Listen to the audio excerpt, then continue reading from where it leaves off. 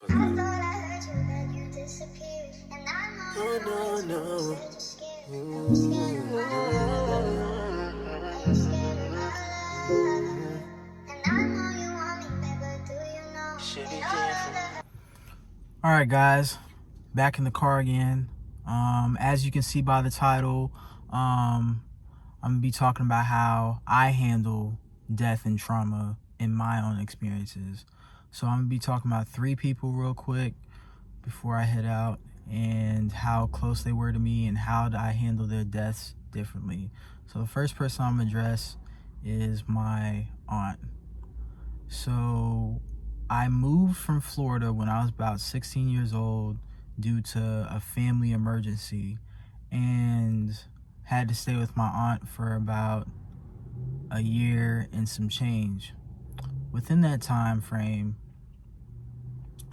I had to switch high schools, didn't have a good experience because I wasn't stable within my own self. I was just mad at everybody for making me, up and leave Florida. I had made a couple friends, had my first job that I got on my own after months of trying. And that's kind of where I learned how to be, persevering through everything, just trying so much because I was willing to do my own thing. Anyway, I'm staying with my aunt. I'm not doing so well in school. Fast forward, she's helping me graduate and do what I got to do, and she's helping me balance out the frustration and anger that I have with my dad because we didn't have the best relationship. It's gotten a little better over time, but at that time it was just a lot of physical fighting and a lot of yelling and arguing going on. And I go to New York for the summer to work a job at a restaurant, and I come back and I stay with my aunt a little longer, and then in January of 2018 she passes away in her sleep. When I found out that she passed away in her sleep, I couldn't believe it. I told myself, yo, this has to be a dream. Wake up, she's pranking us. But she was gone. She had an enlarged heart, so she just died in her sleep. And she wasn't looking so well or doing so well those last couple of days either. But I took the blame for it because I was supposed to wake her up to make sure that she picked up my sister for a basketball practice that my sister had the night before.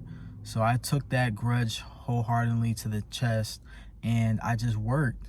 And so I worked at McDonald's that whole week. I remember I was playing Young M.A., Quiet Storm. That's one of my favorite songs by her. And I was just like, crying on the way back, in the back seat of the Lyft that I was taking, just softly so nobody would hear me crying, not even the driver.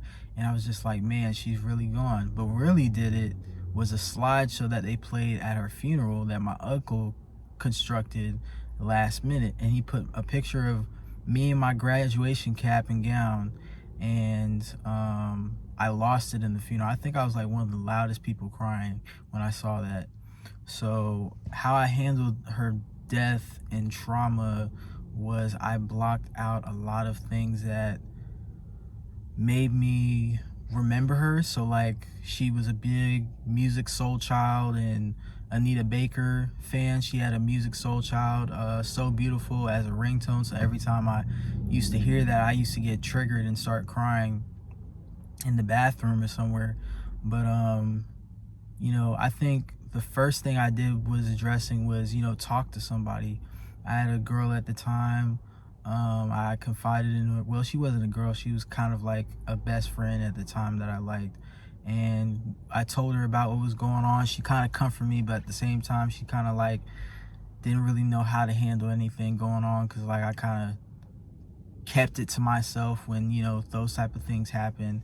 And then fast forward, my Aunt Lois, my grandfather's wife on my mom's side, passes around COVID time. So then 2 people that I had close to me passed.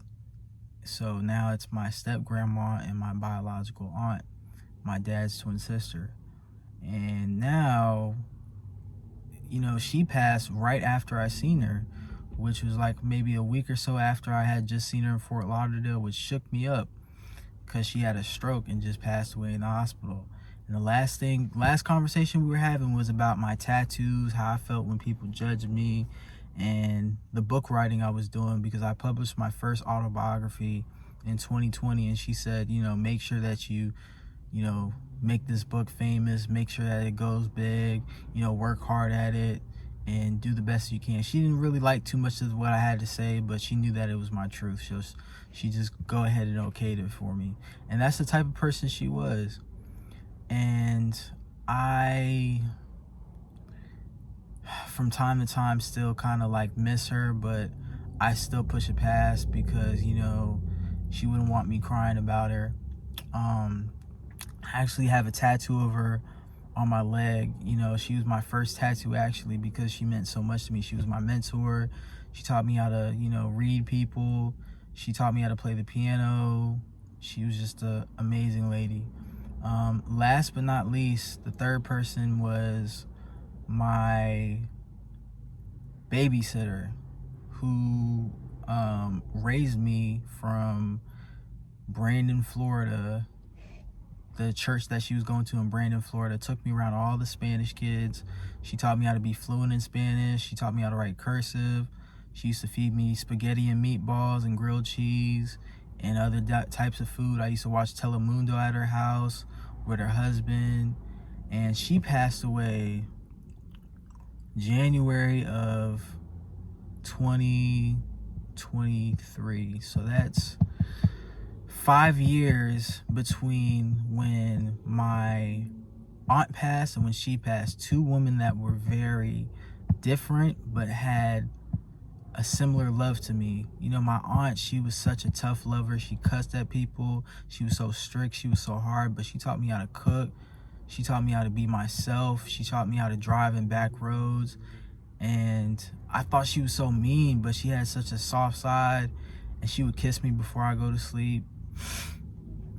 So the way I deal with that is, I purge myself with my writing and my craft of, shooting film as I'm doing now with YouTube.